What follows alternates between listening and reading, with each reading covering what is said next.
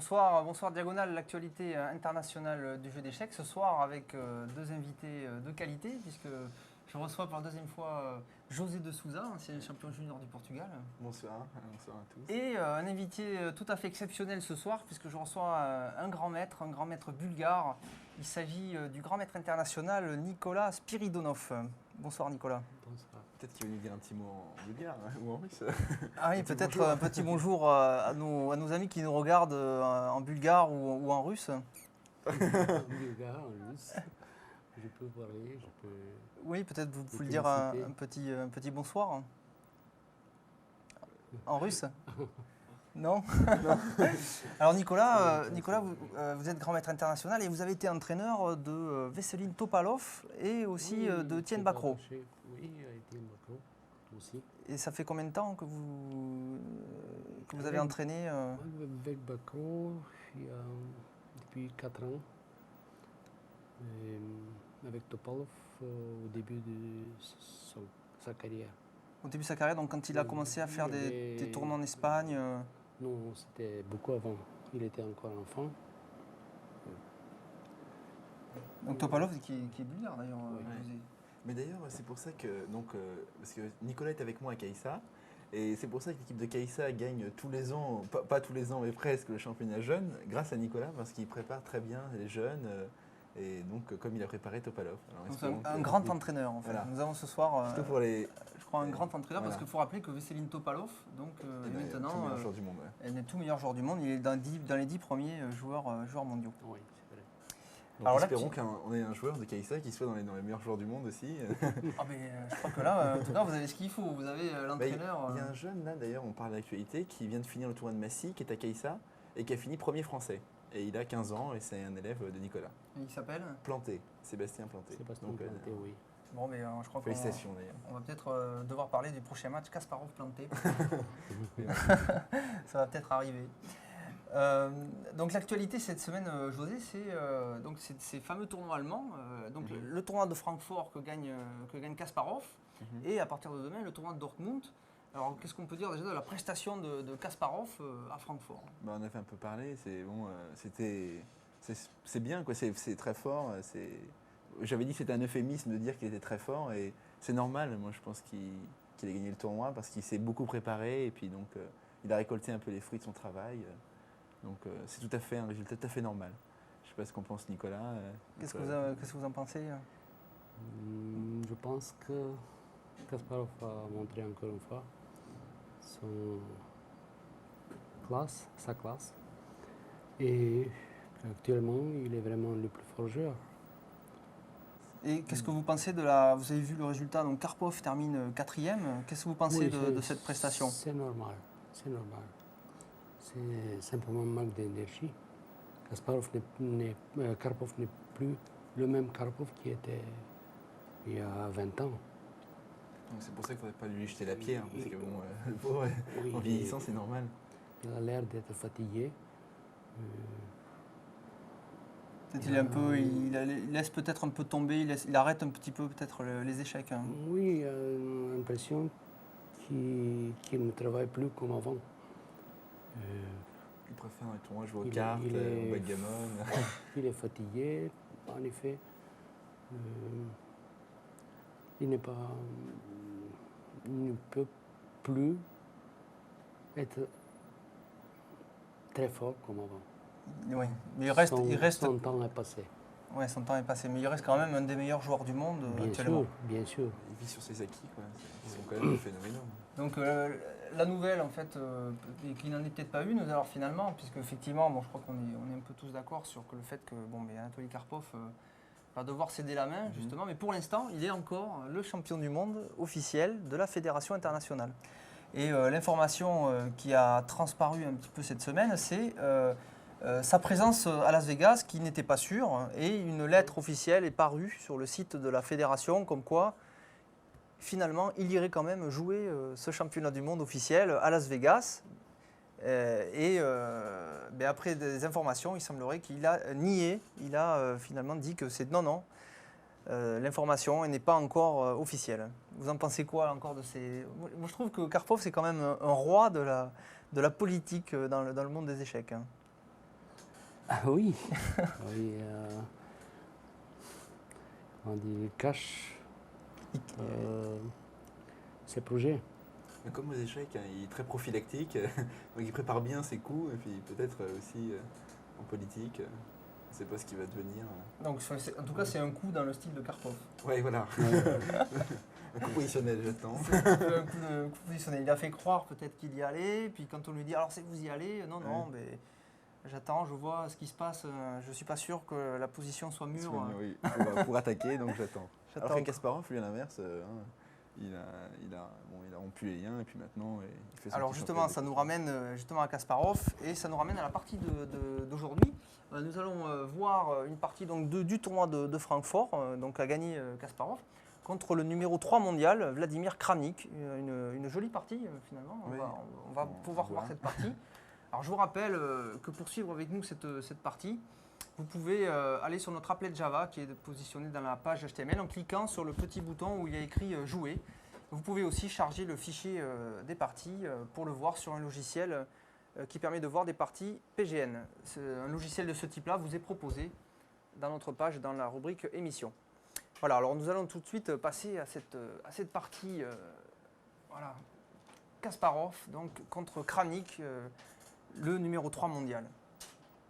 Donc Kasparov a les blancs et il démarre par le coup E4. Donc un coup, Kasparov s'est tout joué, hein, je crois qu'il n'y a pas grand chose à dire sur le début de la partie. Il est à l'aise sur E4, sur D4. En fait, il est très bien préparé surtout. Donc, Pas ni nouveauté, ni, Il n'y a pas de nouveauté là. ni surprise. et je pense qu'il se prépare en fonction des adversaires. Et donc la dernière fois, on a vu la partie Kasparov-Anand. Non, Anand-Kasparov, pardon, où Kasparov avait, je pense, bien choisi la Grunfeld pour contrecarrer le style très positionnel d'Anand. Et puis, je pense qu'il choisit en fonction de ses adversaires. Il sait que Kramnik joue la sicilienne, qui provient du coup au 4C5, et il a peut-être concocté une petite nouveauté ou en tout cas de nouvelles idées.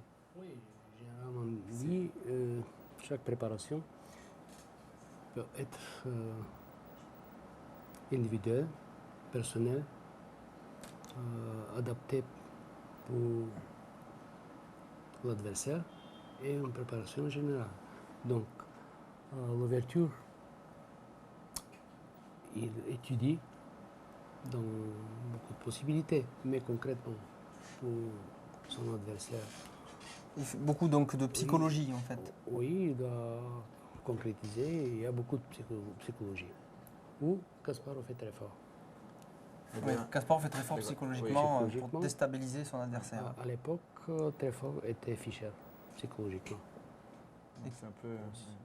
Mais d'ailleurs, même la dernière fois dans la partie mentionnée la dernière émission, Anand Kasparov, on voyait très bien que Kasparov a joué une ouverture qui tout de suite prenait à la gorge Anand. Il ne voulait pas le laisser manœuvrer, et donc, alors que Anand aime beaucoup les positions de manœuvre, par exemple.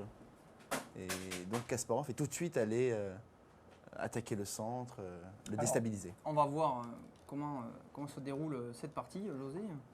Donc une ouverture qu'on appelle sicilienne, avec ce coup de côté là, de pion, qui contrôle une case centrale ici, cette case ici en D4, donc, est contrôlée par le pion. Voilà, en fait, moi j'aime bien la continuité. Donc la dernière fois on a parlé du centre, et là c'est toujours d'actualité, toujours dans les parties des grands maîtres, bien regarder le centre, la case E4, donc si tu peux la montrer, la case E4, la case E5, la case D5 et la case D4. Et tous les coups sont joués en fonction de ces cases. Qu'on regarde la partie d'Anand, Kasparov ou celle-ci aujourd'hui. Et je pense qu'on peut regarder toutes ces parties et ça sera toujours comme ça. Alors Kasparov continue par un coup logique de développement. On va voir un petit peu les coups du début, on va les passer peut-être parce que c'est des coups théoriques. Mais toujours regarder les cases centrales et toujours il contrôle les cases les plus importantes. Voilà, Kaliev 3 qui contrôle le centre. Kramnik joue un coup aussi logique, développe une pièce vers le centre. Kasparov joue encore un coup vers le centre, un cavalier qui se positionne pour contrôler des cases centrales. Là, je pense que déjà, c'est une petite finesse d'ouverture, parce que normalement, ici, on joue D2, D4. Le coup D2 en D4. Et en jouant cavalier C3, il évite peut-être, par exemple, la Sveshnikov que Kramnik peut jouer, par exemple. Voilà, une il évite certaines variantes. C'est donc un joueur, comme disait Nicolas, très fin psychologue. Oui. Et donc, en jouant ce coup-là, cet ordre de coup, il évite ce qu'il n'aime pas. et il rentre dans ce qu'il aime. Donc je pense que... Je crois qu'il faut noter aussi que Kramnik, je crois, il est un expert mondialement connu de la Sveshnikov. Ouais, en plus, justement. donc, Cette variante, voilà, on donc n'aura pas l'occasion d'en parler voilà. aujourd'hui, mais Cet ordre de coup, Évite. techniquement, évite cette variante. Ou alors, bon, on la rend très difficile, donc il faut... Alors voyons ce que fait maintenant. Donc Kramnik joue un coup logique, le coup Un D6. D7 en D6. Mais donc là, il joue sa deuxième ouverture de la sicilienne, qui est, on va voir très bientôt. Alors Kasparov maintenant joue le coup en D4, mais Voilà. on ne peut plus rentrer dans la variante qu'on appelle variante Sveshnikov. Voilà, on a évité cette variante Sveshnikov. donc pratiquement, Voilà, il doit ouvrir 3 heures. voilà, c'est ça. Alors on va Disons, voir, la Kramnik variante, prend au voilà. centre, Kasparov réplique au 5e coup par cavalier prend D4, des coups encore tout à fait logiques. Et là, Kramnik joue encore un coup vers le centre, il développe Voilà. son cavalier, Mhm. contrôlant des cases centrales. Et alors ça s'appelle finalement, disons, la sicilienne des 4 cavaliers. Voilà comme disait Nicolas, ce qui est un peu ce qu'a voulu forcer Kasparov. Donc maintenant, il y a plusieurs coups Et Kasparov choisit Voilà. le coup fou G5, qui instaure tout de suite une pression sur le sur ce cavalier. cavalier. Il menace de Voilà. prendre ce cavalier, et les Noirs seront obligés de prendre un pion, cassant leur structure de pion. Voilà, entre autres, ouais. Et c'est pourquoi les Et puis Noirs aussi- jouent le coup ensuite normal de Voilà, développement, E7 en E6, contrôlant le cavalier avec la dame. Mhm. Et Et aussi, permettant au fou E7 aussi le, de se le- développer. le but des Noirs dans cette ouverture, c'est de jouer D5, de se libérer dans la sicilienne. C'est valable dans beaucoup d'ouvertures qui proviennent de E4, mais là dans la sicilienne, donc si on revient juste un petit peu en arrière, on menace souvent de jouer D5 pour contrecarrer au centre, quoi, un jour ou l'autre. coup Et donc D7, fou G5, un jour, peut permettre d'enlever le cavalier F6 et donc une protection de la case D5. Voilà. Donc là, il joue E6. Donc le pour coup se E7 développer. E6. Là, Kasparov joue un coup de développement, la dame en D2, C'est normal. permettant de faire le grand roc, de mettre Voilà. le roi du grand côté et d'activer sa tour vers le centre Voilà. tout de suite, Mhm. pour essayer peut-être d'attaquer ce Exactement, pion. c'est le but de cette variante, c'est d'attaquer la faiblesse en D6. Et c'est la là- variante Richter-Hauser qu'on appelle, c'est-à-dire ce développement fou G5, dame D2, grand roc, c'est Richter-Hauser, la variante Richter-Hauser. Ça, c'est un nom ésotérique un petit peu. Oui, je crois que c'est donc deux noms en fait, deux grands joueurs des échecs, et c'est la fusion de ces deux noms. Roser, il est Voilà. connu. Hauser, c'est Alors le un- coup A7 A6 a un double intérêt. Alors sûrement c'est d'abord d'empêcher le cavalier de venir sur cette case et aussi peut-être de jouer le coup B7 B5 plus tard. Il y a une menace concrète maintenant. Cavalier B5. Ah, c'est ça pour les- La menace pour les blancs. Donc C'était le quel- cavalier pouvait venir Cavalier sur la B5. case B5. Ou roc. Et après, KB5. Roc suivi. Grand Cavalier roc. B5. Ou fou prend F6. Ou fou prend F6 Et suivi si dame prend F6, cavalier B5. cavalier B5 attaquant le Donc, pion D6. Dame D8, Et- grand roc, il perd le pion D6. Voilà. Pour ne pas perdre le pion D6, les Noirs prennent des mesures. à A6. Des mesures. En qu'on même appelle- temps, il prépare plus tard cette action à les deux dames par B5. Donc le pion Parce ici qu'on attend en maintenant. B7 pourra venir en B5 En protégé B5. par ce pion. Oui, parce qu'on attend déjà grand roc. Donc les pions, les deux dames AB. Vont se mettre en marche, ouais. Voilà, une fois Mais- que les blancs donc, seront venus sur le grand côté, le coup Mhm. B7 B5 sera d'actualité pour D'accord. attaquer C'est ça, exactement. le roi. Et d'ailleurs, ce genre de coups sont des coups qu'on appelle prophylactiques. Et c'est l'apanage des grands maîtres, c'est-à-dire les grands maîtres aiment bien jouer des coups prophylactiques comme ça. Et là, justement, ça empêche cavalier B5. Sur les coups Et ça mène. Et pratiques, ça. Voilà. Pas encore Nimzovich.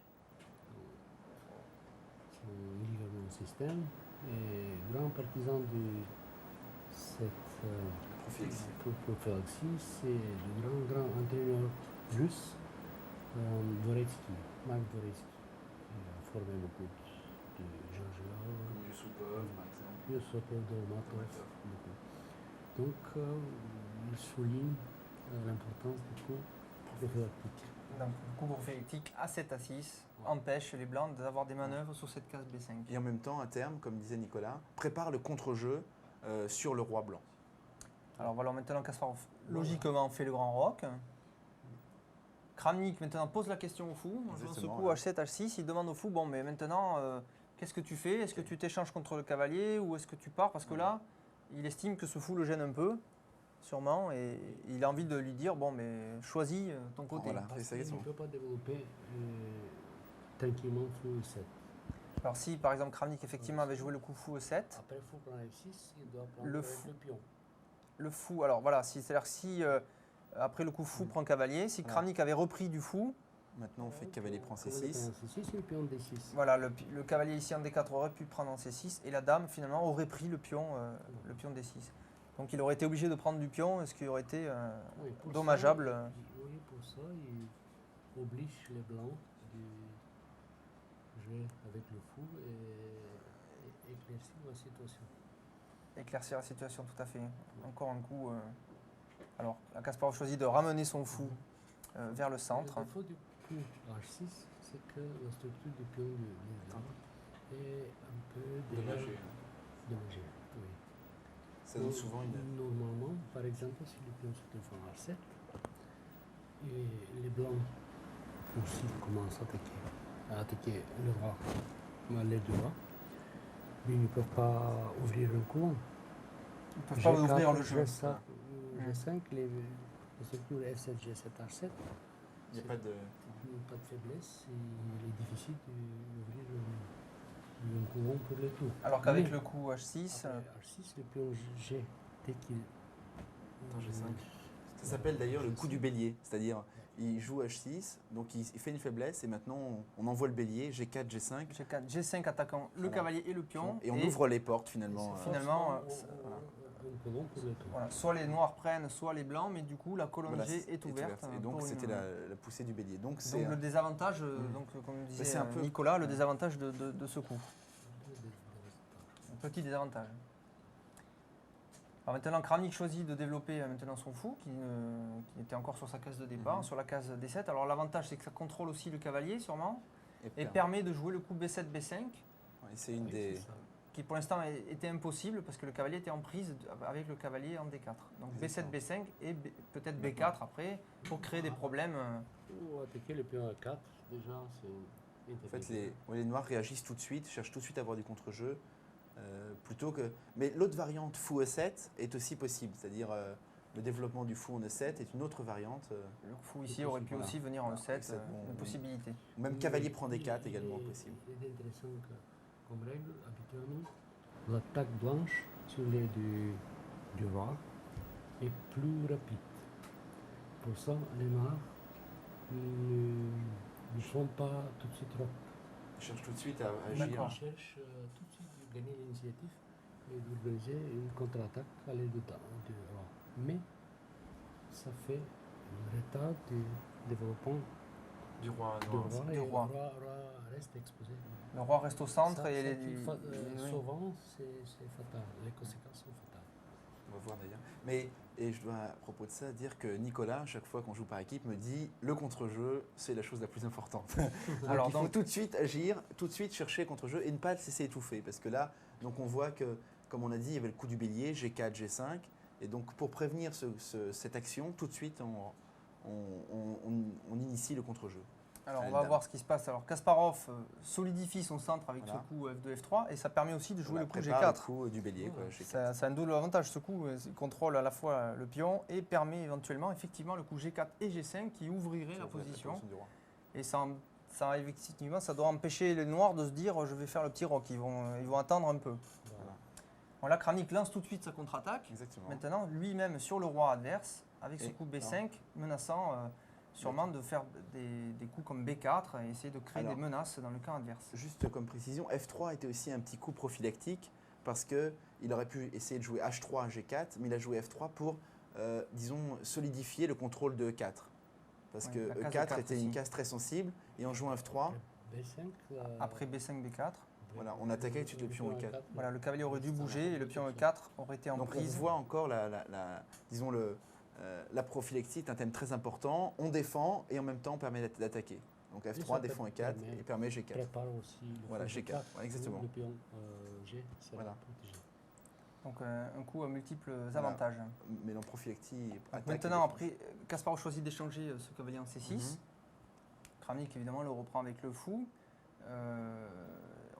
On a l'impression que l'avantage du coup de prise de Kasparov, c'est d'ouvrir la possibilité de la dame ici maintenant d'attaquer. Ah, oui, mais il y a autre chose. Maintenant, les blancs doivent garder le caractère ouvert de leur position. Parce que celui qui est mieux développé, c'est les blancs. Intérêt à ouvrir le jeu. Ils ne peuvent pas attaquer efficacement si la position est bloquée. Donc maintenant, En échangeant le cavalier, oui.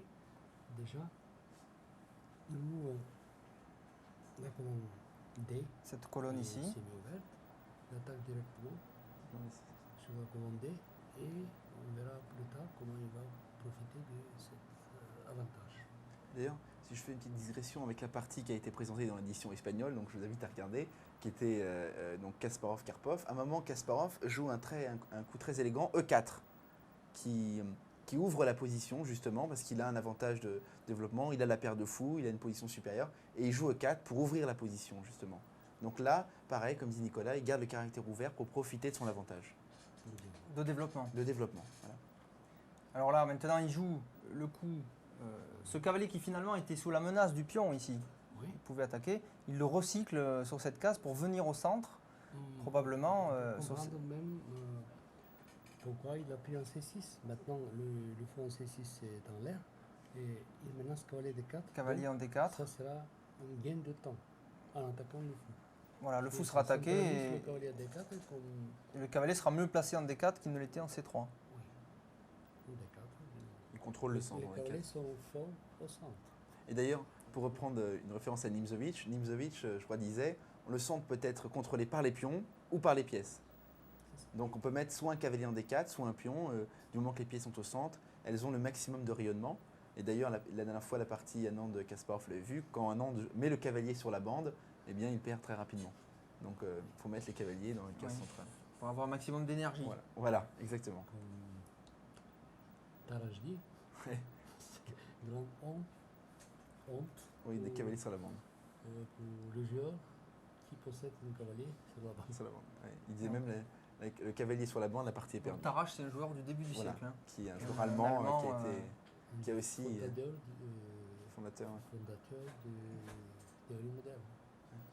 De la théorie moderne du jeu d'échecs. Hein. Alors la Kramnik maintenant choisit de poster sur sa dame sur la case C7, hein, peut-être pour amener sa tour vers le centre, ou peut-être de faire le grand roc. Peut-être que Kramnik peut faire lui-même le grand roc, c'est un mais peu il a l'air dangereux. d'être pas très bien défendu. C'est la C. Semi-ouvert où les noirs peuvent agir, c'est le colonne C. Donc de toute façon, donc cette dame a une action, voilà, Tout de suite ici, directement sur cette colonne, Et en plus, il protège le fou C6. et protège le fou C6. Et des fois, empêche l'ouverture du jeu parce que la dame peut être mal placée sur la colonne D. Donc il la met en C7, attaque sur la colonne C, défend le fou C6. Donc un coup. En plus, il prend contrôle sur la case S5. Donc il prépare empêchant le coup E5. D5 sans préférer le coup S5. Donc il menace Sans de coup D5, permettre le coup S5. en contrôlant ici la case de 5, empêchant les blancs de jouer le coup E5. E4-5 qui serait Mais disons que embêtant. si jamais les noirs arrivent à se libérer par D5 et que les blancs arrivent à leur tour à jouer E5, ils ne sont pas libérés. En fait, le jeu des noirs est libéré si sur D5, il ne peut pas jouer E5. En fait, s'il y a un échange de pions ou s'il arrive à prendre en E4, par exemple. Alors voyons maintenant. Il doute pour la case D5. Voilà, il doute pour la case 5. Alors Kasparov au 13e coup joue maintenant le roi en B1. C'est un coup prophylactique comme on le disait déjà. Ça empêche Donc, des échecs éventuels sur cette diagonale ici, Je vois que tu reprends des quand le cavaliers. roi est pris. Et aussi ça enlève le roi, on parlait de la colonne C tout à l'heure. Donc la dame a une action sur la colonne C. Et il protège aussi le pion A2. Donc un coup à multiples fonctions. Voilà, un coup prophylactique de plus. Voilà, un coup qui empêche les attaques ultérieures. Alors maintenant, Kramnik, lui, maintenant enlève ce fou en le posant sur la case B7, permettant à la dame d'avoir l'action sur la colonne. Maintenant, la dame a une réelle action, alors que là, elle était bouchée par le fou, sachant que le fou, sûrement en C6 ou en B7, remplit le même rôle, puisqu'il contrôle cette superbe diagonale qui, pour l'instant, est bien bouchée quand même par les pions blancs. Donc là, maintenant, Kasparov alors, joue un coup de diversion, un petit peu, un coup à l'aile, en initiant une espèce d'attaque en jouant le coup H2, Là, en fait, H4. je pense qu'il veut jouer. Donc son plan, c'est de jouer H4, G4 et G5. Et H4, reprendre. G4, Et G5. G5, Et reprendre avec un pion sur la case G5. reprendre avec ce pion. Voilà, pour chasser le cavalier F6 qui fait pression sur le centre. Donc donc, voilà sûrement l'idée de Kasparov. Donc à plus long terme, disons. Alors la Kramnik, logiquement, augmente son action sur cette colonne. Il avait posté sa dame, maintenant il met sa tour.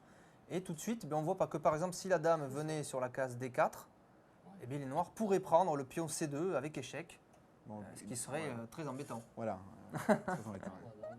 Pas encore fatal, mais très embêtant. Alors pour l'instant, donc les blancs n'ont plus la même liberté puisque cette dame, ou en tout cas, il faut protéger ce pion. Bien sûr. Donc là, Kasparov joue un coup qui paraît étrange, il joue sa tour sur la case H3. Et... Non, moi j'ai trouvé une explication au bout d'un... Ah, ça y est, tu as trouvé une explication. Non, toujours en fonction du plan, je pense qu'il veut jouer donc toujours G4, G5. Alors G4 G5. et G5. Mais sur la prise H6 prend G5, H6 prend G5. eh bien, si la tour était restée en H1, Oui. et il n'aurait pas pu reprendre du pion H4. Et oui, puisque la tour H8 Voilà. aurait pris la tour Voilà, H1. exactement. Alors que sur la case H3, elle est protégée Voilà. par le fou. Et si un échange des tours, donc il arrive à jouer G4, G5, et qu'il y a un échange des pions, H6 prend G5, H4 prend G5, et si maintenant les tours sont échangées, eh bien le fou vient avantageusement sur la case H3 pour agir sur le centre. Peut-être qu'il y a une autre... Oui. Ah, voilà. Une autre Alors, Nicolas a une autre idée. On peut me demander, mais pourquoi il joue tour H3 pour garder la tour, Bien sûr. le fou F1? Pourquoi il ne joue pas G4 et fou G2? Oui. Parce que, Oui, je pense que oui. le rôle du fou F1 Le est, fou en F1, oui. surtout de garder la case C4. Parce que, imaginez, si le cavalier C6 peut sauter en C4, Le cavalier pourrait venir sur la case C4 Mais et échangerait ce fou blanc. oui, mais Maintenant le que cavalier j'ai- ici est terrible. Donc il faut prendre des mesures. B3, ça affaiblit la position.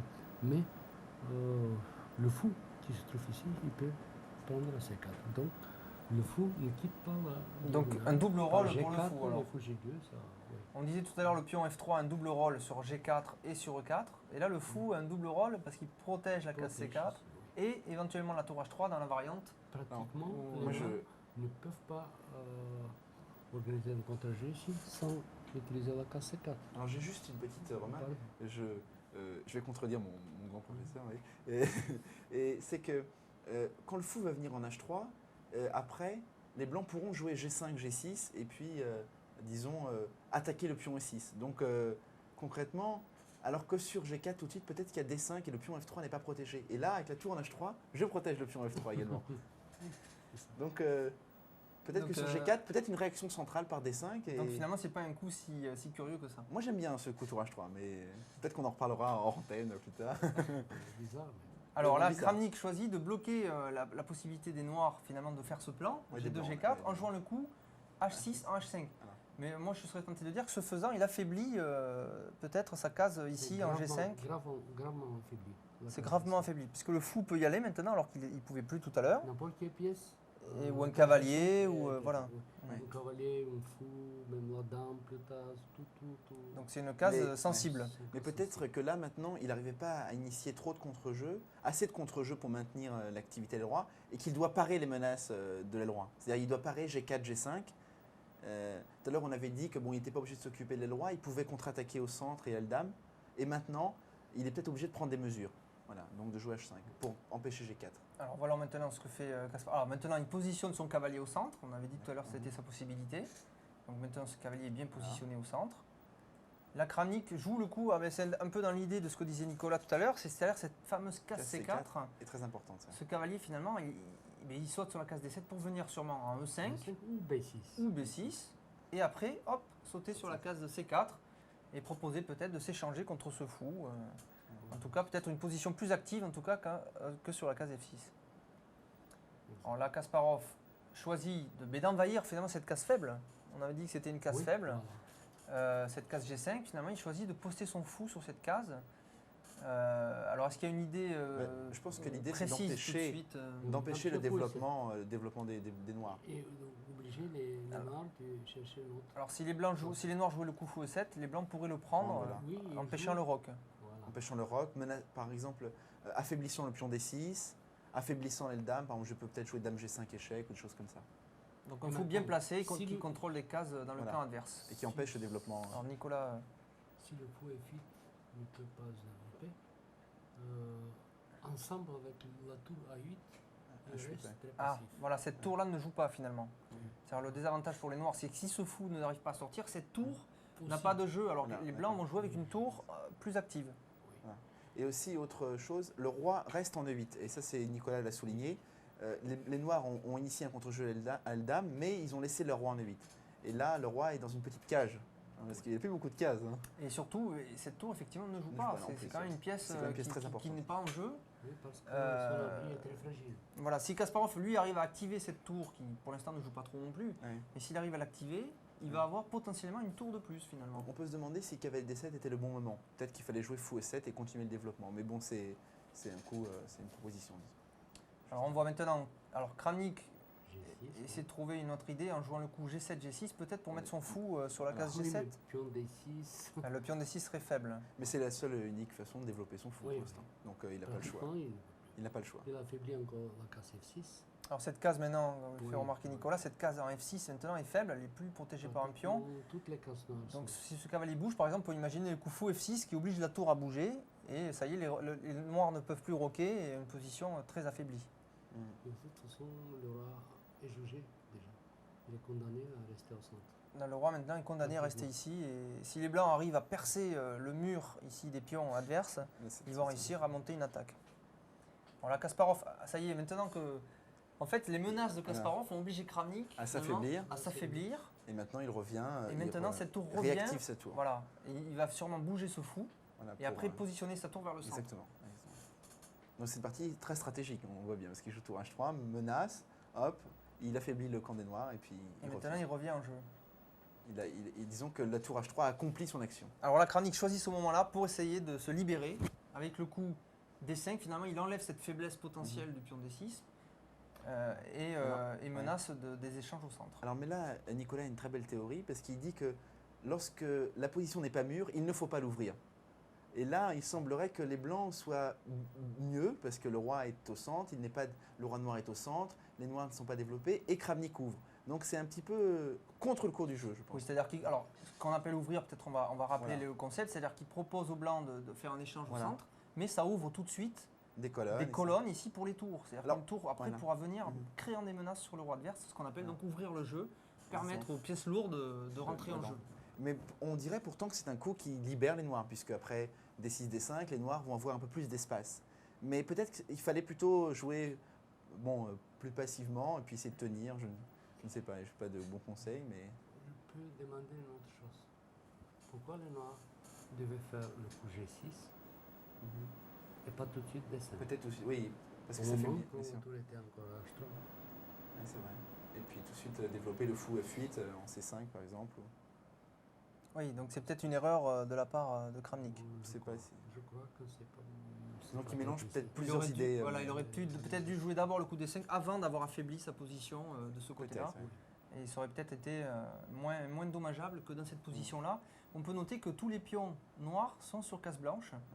A6, B5, ici la case D5, E6, F7, G6 et H5.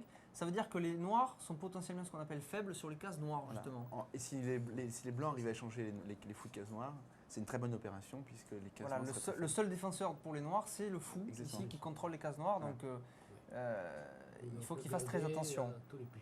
Donc tu as compris la stratégie, échanger les fous de case noire, entre autres. Alors là, Kasparov Non. choisit d'accepter, d'ouvrir le jeu. Là c'est très logique puisqu'il est mieux développé, il est mieux donc il ouvre le jeu. Donc la Kramnik reprend, avec son fou. Alors on a quand même le sentiment que ce fou est bien placé ici, puisqu'il contrôle, ici il est au centre d'ailleurs, comme on disait, et il contrôle un petit peu du côté du roi blanc. Il peut Mais peut-être il essayer s'est un peu de- libéré, c'est ce qu'on disait, mais bon, il a ouvert le jeu, donc c'est la contrepartie de. Alors, on va voir comment Kasparov essaie de tirer parti de cette ouverture du jeu. Alors déjà, il crée une petite menace ici, puisqu'il attaque la dame. Et on peut noter que Kramnik, si par exemple jouait le coup fou D6, Kasparov sûrement prendrait le fou, Voilà, il aurait. sachant que les cases noires sont très très faibles, et en profiterait ensuite pour essayer de les dominer. Donc là, Kramnik refuse effectivement de faire un échange éventuel. Il joue la dame sur la case B7. Alors la Kasparov, maintenant, amène son cavalier sur la case B3, avec des potentialités d'ouvrir peut-être le jeu de la dame, Imaginez que et peut-être aussi la tour se H1. trouve en A1 et déjà la menace d'en prendre des 5. Voilà, donc Nicolas, notre grand maître ce soir nous indique effectivement que si la tour vient sur la case 1, Déjà, la menace d'emprunter 5. le pion E6 ne peut cloué. pas reprendre puisque la tour ferait un échec. Donc le fou ici serait en prise avec la dame et la tour blanche. Ici, ce fou serait potentiellement en prise.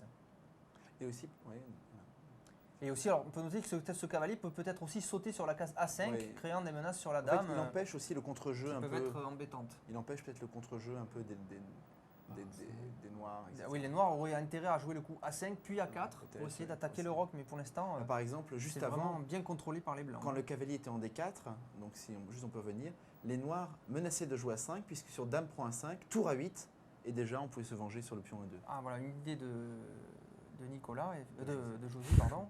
Donc le coup A5, Voilà. et si les blancs prennent le pion, Peut-être. très jolie idée, tour A8, la dame serait obligée de partir, Voilà. et protégée par le fou, la tour ici pourrait prendre le pion en A2, Voilà. ou alors prendre du fou. Voilà. Il pourrait prendre le pion B5, mais disons que ça créerait beaucoup de contre-jeux, puisque ça ouvrirait les lignes sur le roi. Et donc, bon, Kasparov n'accepte pas ce genre de.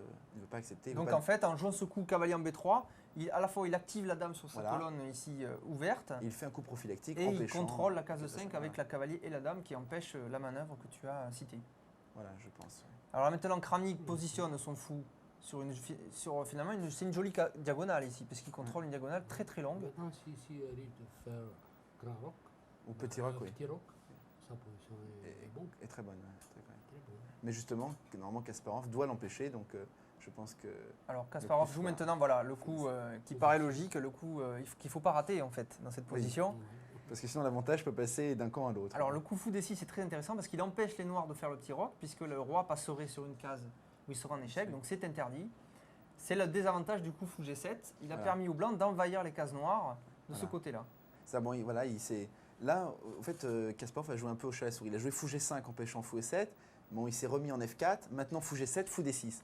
Donc, Oui, il a un c'est petit peu difficile. fait Voilà, un mouvement voilà. pendule des Voilà. fous d'un côté et de l'autre. Et comme disait sans Nicolas, vrai- toujours la tour H8. La tour H8 est toujours hors jeu. Ça, Ouais, c'est important. cette tour est toujours en jeu tant que les noirs n'ont pas réussi à faire le petit Voilà. roc. Et Cette toujours- tour ne peut pas participer voilà, au combat. Au combat, exactement. Alors la Kramnik fait un coup logique, il attaque finalement ce fou. Pour Et essayer si de ce fou le s'en déloger. va, il va pouvoir faire le petit Voilà. roc. Et donc tout rentre dans. Mais Donc bien là, sûr, Kasparov a intérêt de continuer à garder le contrôle de cette Exactement. case en F8. Alors c'est La pourquoi diagonale. sûrement, Il voilà. est- il joue à 3. Parce que l'autre possibilité pour le Nord, c'est fou F8, mais après fou Voilà. F8, on échange les fous. Voilà, c'est ce que j'allais aussi C'est mentionner. déjà le but stratégique. Voilà. Juste avant, là, Ouais. dans cette position-là, si. Si les noirs jouent fou voilà. F8, Bon, bah, ils arrivent finalement à échanger ce fou et à roquer, mais. non, ils roquent Oui, pas. ils ne peuvent pas roquer en plus. Mais Enfin, bon. à moins qu'ils prennent du Voilà. cavalier. Ouais, mais bon, disons que c'est Ouais. un artifice. Mais ils ont réussi à améliorer la position du roi, mais. Mais plus de cases noires. Plus de cases noires sont. Ils très, ne contrôlent très plus du faibles, tout ouais. les cases noires et Kasparov peut faire un malheur sur En ces plus, cases noires. il y a des coups intermédiaires après fou F8. Oui, dame G4. Dame etc. D4. en attaquant la Ah, et la tour, dame après, attaquant fou la F8, tour, donc, C'est il y a plus c'est de une roc. catastrophe. Ça peut être vraiment oui, catastrophique. Après, ou même dame B4 qui empêche toujours le roc. Bon, c'est. Voilà. Alors là, donc Kramnik attaque le fou. Kasparov le met sur la case au coup numéro 23. Donc Kasparov le met sur la case A3, continuant d'empêcher les noirs de faire De faire le petit roc. ce fameux petit roc. Et cette tour est toujours hors jeu finalement. Et Cette donc tour là, ne si peut on toujours regarde pas. bien, le facteur stratégique le plus important, c'est le roi. Et là, le roi des Blancs est très à l'abri. Il a joué prophylactiquement roi B1. Il n'a aucun danger, le roi blanc. Le roi est bien protégé Bien par ses pions. protégé. Il n'a pas fait faiblesse. Même le fou A3 donne une défense supplémentaire au pion B2, par exemple. Bon, Le c'est- fou ici, oui. Et tout à fait. en revanche, le roi noir est très très mal parce qu'il est dans une petite cage. Il est un peu encerclé. Oui, Il puis- est dans une boîte, comme on dit. Voilà, il est dans une boîte Comme on dit au Luxembourg quand on va jouer aux échecs au Oui. jardin. et puis les blancs contrôlent les cases près du roi. Voilà, près du roi. oui. On peut imaginer par exemple le coup un mat en deux coups, dame Dame G5, G5, dame dame E7. E7. Donc il faut faire très attention. Alors là, Kramnik choisit de mettre son cavalier sur la case B6, sûrement pour Essayer de sauter faire sur cette fameuse case Ouais. C4. Il veut faire du contre-jeu et il faut qu'il initie le contre-jeu. Alors évidemment, si le cavalier venait sur la case C4, il faudrait absolument le prendre avec le fou, Ouais. puisque sinon le fou A3 serait perdu. Voilà, et puis Et, il s'attaque à une et dame. après, les noirs pourraient faire le petit roc et ça serait désastreux pour les Oui, puis- blancs. Alors, Kasparov choisit de jouer le fou sur la case D3. Mhm. Maintenant, proposant à sa tour qui ne jouait pas Voilà. de venir en jeu, ce qui n'est pas le cas des noirs. Il reste toujours avec Exactement. cette tour bloquée. Ouais. Donc toutes ces manœuvres en fait consistent à essayer d'isoler une pièce en fait. Voilà, et d'isoler le roi, quoi, surtout, ce qui est la pièce la plus. la Et plus le importante. roi, Le roi. oui, raison de plus. Voilà, Kramnik choisit de venir sur la case C4. Voilà, Donc, c'était. Et là, Kasparov, forcément, évidemment, c'est le éche- prend. Il ne peut ça. pas permettre Forcément. que ce cavalier d'abord prenne la dame, évidemment. Ça, le fou. C'est pour ça que le fou voilà, peut pas quitter la diagonale. devait rester sur la case F1. Mais on reprendra ce débat. Alors Kramnik joue un coup intéressant, il prend du pion C4 avec Mais je peut-être. pense que c'est forcé en fait. Oui, C'est-à-dire, il veut essayer Et par c'est exemple, alors voilà. oui, il y a un intérêt, c'est que le fou voilà qui le attaque fou, en B2, le colombe B qui s'ouvre. voilà. Maintenant, Et peut-être un jour C3 comme un bélier pour essayer d'ouvrir la position. Voilà, donc il essaie quand même d'attaquer. Le problème, c'est qu'il va quand même attaquer. Kasparov aussi, mais Kasparov, il joue avec une tour de plus. Voilà. Et donc, Cette c'est tour va beaucoup. venir en jeu, alors que Et- la et tour avec ici ne joue pas. Et toujours le roi blanc toujours très sûr, alors que le roi des noirs est toujours en position très difficile. Ça c'est un facteur très très important. le roi. Alors là, Kasparov choisit de jouer le coup cavalier sur la case D4, attaquant la dame noire, Voilà. Et puis bloquant la diagonale, bloquant la diagonale bloquant la diagonale du fou. A1, H8. Ici, là, ce fou maintenant n'est plus attaqué. On peut noter qu'effectivement ça bloque et en plus ce fou A3 a un Reste double toujours, rôle, ouais. encore une fois. On a vu beaucoup de double rôle aujourd'hui. Hein. Ouais. On a vu le pion F3 tout à l'heure qui contrôle la case 4, la case G4, Le pion A6 qui contrôle la case B5 qui menaçait B5. qui menaçait B5. Et maintenant ce fou qui empêche le roi noir de roquer et en même temps contrôle éventuellement, au cas où, la case Ouais, B2 près du exactement. roi. Et tu fais bien de dire au cas où parce que souvent ça arrive malheureusement. C'est-à-dire on oublie et paf mat. Donc le cas où, Il faut pas- il faut le faut se méfier le du cas où, il faut se méfier du cas où. Se méfier du cas où. Parce que souvent c'est ce qui fait perdre les joueurs, on se méfie pas et puis D'accord. Alors là, Kramnik choisit de jouer un coup intéressant en jouant sur la case B6. Il fait une pression maintenant sur le pion B2. Peut-être dans Et- B7 et plus précis. Ah, peut-être dans B7 est plus précis. Pour Parce que dans B7, en même temps, garde la case B7. contrôle Et la case une- 7. Oui. Oui, et une menace comme dame G5. Dame G5, Dame 7 mat n'est pas Oui, possible c'est avec pas la Dame en possible, B7. oui. Alors peut-être, oui, effectivement, Dame B7 était plus intéressant. Plus intéressant, plus précis. Autre possibilité. Peut-être les C'est Noirs ont des- pour idée des- d'échanger des- ici au centre. Oui, mais bon, tout ils de perdent leur suite. fou superbe, donc là c'est encore pire. C'est-à-dire que si les blancs échangent les fous, bah, c'est bien pour eux, mais si les noirs donnent leur fou, là c'est encore pire, puisqu'ils gardent leur fou de case noire. Et donc, Oui, peut-être ils peuvent s'en sortir dans une finale avec des fous qui contrôlent des cases ouais, mais différentes. quand il n'y a que les fous, oui, mais quand il y a des tours ou des dames, et qu'il y a le roi aussi exposé, c'est très difficile pour D'accord. le camp le plus faible. Justement, le fait qu'il y ait des fous de couleur opposée permet d'attaquer. Alors Nicolas, vous voulez Oui. dire, ajouter quelque chose? Fou de couleur opposée, parce que maintenant on va parler. Dans la finale, fou de couleur opposée augmente La chance d'attaque. La chance dans la finale, La finale. de faire mieux. C'est lui qui. Oui, s'il est- qui s'il a est tout des seul. avantages. Oui, oui. Mais c'est tout Ouais. ça, mais s'il est avec des Et pièces. au milieu, au contraire. Voilà, milieu au Fou de contraire. couleur, fou de couleur opposée augmente. Alors voyons ce qui se passe maintenant. Kasparov joue le coup, effectivement. Alors peut-être Oui, c'est voilà. d'où la précision du Pour coup. ça, dans B7, Pour ça que Dame 7 était peut-être plus précis. Puisque Oui. les blancs menacent maintenant Dame 7, échec et mat. Au prix d'un petit sacrifice, puisque, bon, anecdotique, puisqu'ils peuvent pas, bien sûr pas prendre en D4. Ah, bah, évidemment, les noirs pourraient prendre le cavalier, Mais bon, mais ils sont. mais ils perdraient le roi. Hein, Dame. puisque Dame G5 vient en E7, protégé par le fou. Et les noirs n'ont aucun moyen de prendre la dame, et le roi donc, Bien sûr. serait donc échec et mat. Donc il faut absolument que les noirs partent cette menace. Alors, on peut imaginer que Kramnik, quand même, numéro Bien 3 sûr. mondial, a vu le mat, il va le parer dans l'instant. Voilà, il choisit le coup fou F8, finalement quand même. Quand même, donc finalement il se résout à échanger ce fou parce que il était trop fort. est-ce qu'il était possible le coup dans D8? Qu'est-ce que vous pensez? Ah, le coup, alors Nicolas En place de fou F8, alors, dans D8. alors si Proposition le de coup, Alors moi changer. je pense que j'aurais peut-être 27 pour les noirs, par exemple le coup dame en D8 qui protège la case E7. peut-être cavalier prend E6, non? Cavalier prend E6, c'est un bon coup. Cavalier pour E6. Sur dame D8, Alors, le cavalier pourrait prendre la E6, en ouais. E6. Et Si puis on prend d'un plan G6 échec et d'un plan G7. Et si, ah, voilà, Oh. si puis on prend, les blancs auraient pris le pion G6 avec échec et ensuite le donc, fou. voilà. Ouais. Et avec échec encore. Ouais, Voilà, Parce que donc le roi, c'est une ça, petite je- variante Au moins. du grand maître. Hein, voilà. Et si fou prend, La dame serait en la l'air. tour D1 prend la dame. Au cas de dame Eh oui, D8. si hein. fou prend cavalier, la tour prend la dame avec Voilà. échec. Et Il si gagne. la dame Si prend, le même Cavalier prend, on revient. le cavalier peut reprendre, on Et a là, gagné un pion. Même moi je peux proposer cavalier prend G7, encore mieux. Cavalier prend G7 échec. On attaque le roi, roi F8. J'échange la dame. Non, puis en on- F8, c'est pas possible.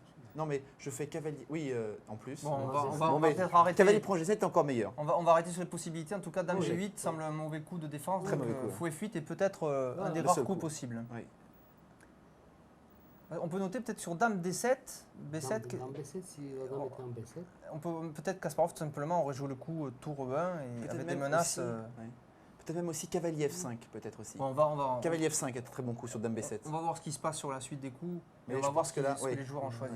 Dame B7, cavalier F5, peut-être. Donc au coup numéro 27, Dame prend G7. Kramnik choisit le coup, donc finalement fou F8. c'était avant dans B7, j'ai proposé à la place de dame B6. Et maintenant, Kasparov choisit Bien de, sûr. Enfin, Donc enfin, il a réussi. de prendre, ça y est, voilà. but stratégique. Son but stratégique est atteint. Le but stratégique est atteint puisque le fou qui contrôlait les cases noires est mort. Et maintenant, les cases noires n'ont plus de défenseurs. Et les blancs vont pouvoir s'amuser Exactement. sur ces cases. On peut attendre une catastrophe vite déjà. On va voir comment ça se passe. Alors, Kramnik choisit de reprendre le fou logiquement. Et maintenant, Kasparov tout simplement augmente la pression. Voilà. Il met sa tour au centre. Et tout de suite, déjà, il menace de prendre le fou. Plein menace. Voilà. Par Il exemple, menace- la dame en Exactement. G5 ici peut prendre le fou. Exactement, il laisse dame prendre S5. Puisque si les noirs essayaient de reprendre, ils seraient en échec Voilà. de la En tour. fait, le pion ici, c'est cloué, donc C'est un coup interdit. Ouais. Donc là, Kramnik doit absolument trouver une solution. Eh bien, il crée lui-même une menace, Ouais, un puisqu'en petit jouant tour contre-jeu. B8, Non. il menace lui-même, ça y est, échec et mat, comme quoi les sur la case B2. fameux Attention. au cas où. Voilà, au cas où, mais maintenant le fou n'est Bon. plus là pour Bien protéger. sûr, bien sûr. Donc, Donc là, maintenant- Kasparov choisit de jouer le coup B2, B3, qui empêche tout Mhm. simplement cette menace. Et en plus, met les pions sur la couleur du fou blanc, donc sur la L'empêche couleur- de bouger. Voilà. Ça, le fou est en Limité. limité, voilà. Il limite l'action du fou adverse en plus. Donc là, Kramnik choisit maintenant de protéger son fou D5 qui était attaqué. Mhm. Et là, Kasparov joue le coup cavalier en E2, qui a sûrement l'avantage de libérer maintenant l'action de sa Ouais. tour. Et en plus de menacer peut-être, on ne sait jamais, cavalier F4 peut-être. Cavalier F4, attaquant le fou, attaquant peut-être la case C6, E6, oui, attaquant la case E6. attaque aussi la case G6, après ils pourront peut-être pousser G2, G4. Oui, les je blancs. pense que même ils ont besoin.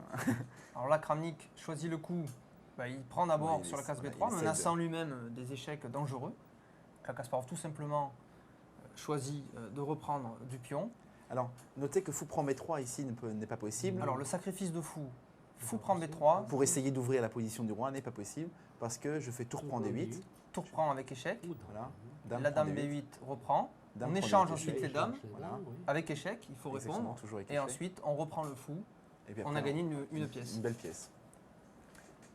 Donc là, Kramnik choisit le coup, tour sur la case D7, Mais alors là, on remarque. qui encore- empêche, Ouais. qui menace peut-être fou prend B3 maintenant. Ah Parce oui, qu'il n'y a plus, ouais. il y a Oui. plus peut-être cet échec. Mais enferme encore plus le roi. On remarque parce que maintenant le roi n'a plus aucune case de sortie. Il est dans une boîte totale, là il peut plus. Ah, il ne peut plus bouger peut parce plus que la bouger. dame lui empêche de, Voilà. de bouger sur case noire et les cases Et il blanches. se ferme et donc les tours l'empêchent de. Donc les tours sont très passifs puisqu'elles empêchent son propre roi de. On peut comparer l'activité des tours E1 et D1 à celles qui sont en D7 et F8. Oui, il n'y a que la qui tour remarquera. D7 qui est un petit peu défensive, mais celle Mais qui est en celle-là, F8 pour l'instant ouais. n'a pas vraiment d'action dans le jeu. Depuis le début de la partie d'ailleurs. Oui, Maintenant, Kasparov joue un coup très simple au roi en B2 tout simplement. très profil. Il a une très très bonne position. Il joue un coup qui protège le pion B3 finalement. Il joue prophylactiquement, Tout simplement. il a rien à craindre, il joue tranquillement, il a le temps. Et là, Kramnik joue le coup dame sur la case D8, attaquant la dame de Kasparov, proposant d'échanger puisqu'il veut essayer de limiter la pression Exactement, sur son roi. Plus il y a d'échanges, mieux c'est pour lui, bien Et sûr. là, Kasparov choisit d'éviter cet échange en mettant la dame sur la case F4. Et maintenant, Kramnik essaie encore d'échanger. En fait, il fait une menace à l'échange, Kramnik. Oui. Il essaie d'échanger absolument les dames Voilà, il veut essayer de faire nul, là, on pour sait essayer jamais, de dame G5, limiter d'ailleurs. l'attaque. Et maintenant, Et maintenant, Kasparov fait une joue belle- voilà, superbe coup. très Le belle coup tour prend D5 de Kasparov. une très belle combinaison. Alors en fait, marche parce que la dame est protégée. Ouais. Le cavalier Et la dame, voilà, la dame ici est protégée. Alors, quelle est l'idée de ce coup? C'est que maintenant, on peut imaginer Ouvrir le colonne D. toutes les variantes. Colonne E. L'idée, c'est que si les blancs reprennent du pion, la colonne ici s'ouvre et si le cavalier bouge, il y a un échec au roi de ouais, la tour. donc, en fait, la seule variante possible, c'est pion prend D5, puisque sur tour prend D5, on fait dame prend On C7. va peut-être voir les variantes Oui. puisqu'on arrive à la fin justement de D'accord. cette très belle partie. Si les noirs par exemple prennent du pion, D'accord. Oui. Donc maintenant, alors maintenant on fait le Cavalier. cavalier ici vient sur la case D4 avec échec de la tour. Les noirs ne peuvent pas jouer tous les 7 parce que que la dame reste sans protection. Alors si les noirs jouaient le coup de tour au 7, cette tour ne pourrait pas bouger à cause de l'échec, donc la dame blanche Voilà. pourrait prendre la dame adverse, tout simplement. et on remarque que quand on prend en plus la tour en E1, c'est pas, oui, c'est sans être sur échec. Le roi est en B2. Oui, le roi est en B2, d'où Donc, l'intérêt toujours du le- coup de Kasparov. Très, très prophylactique. D'où l'intérêt du coup de Kasparov, quand les noirs prennent la tour ici, il n'y a pas échec au roi. Donc ils peuvent Donc, continuer leur on action. revoit donc la variante. Pion prend tour. Le cavalier en DE2 vient sur la case D4 avec échec de la tour E1 sur le roi. Le roi donc est obligé d'aller sur la case D8. D8. Et là, très joli coup de Kasparov qu'il aurait pu jouer. Voilà.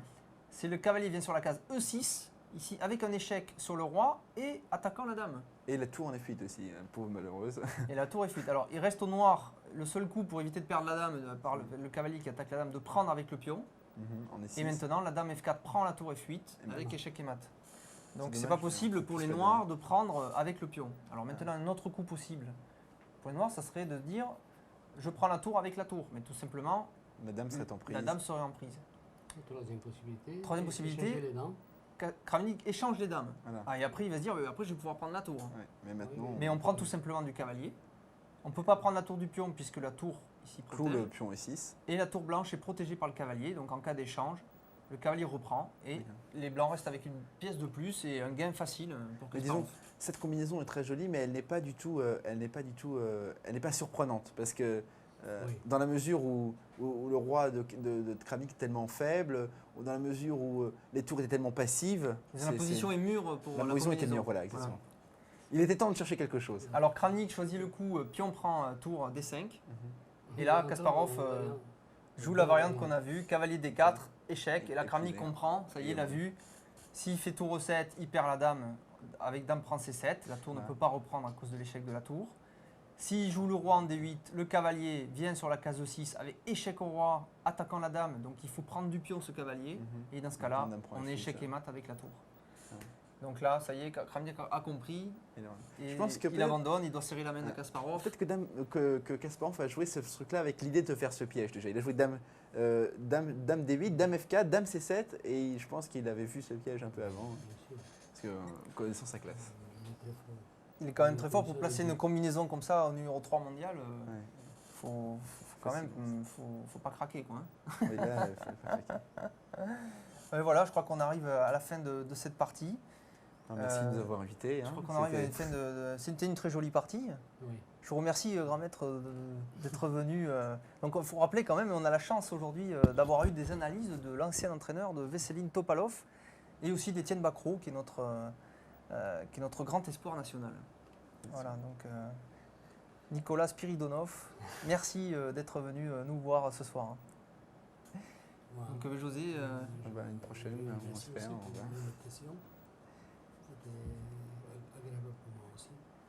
très bien, mais je pense qu'il y aura d'autres occasions de nous revoir et peut-être de commenter des tournois. D'ailleurs, on va essayer de commenter des tournois directement à Paris en venant filmer des événements comme le championnat de Paris, comme voilà. Donc on va essayer de Dans quelques jours. ça Voilà. commence, bientôt 17. très grand tournoi, 1000 joueurs, plus de 1000 joueurs, Oui, très intéressant à Paris. Je crois que c'est à la Halle Carpentier, c'est Ouais, ça qu'à penser, oui. Voilà, championnat de Paris. Voilà, bonsoir José. Bonsoir. Bonsoir, Nicolas. Merci de nous avoir invités. Je vous dis au revoir, merci à vous et à bientôt pour une prochaine émission de Diagonale.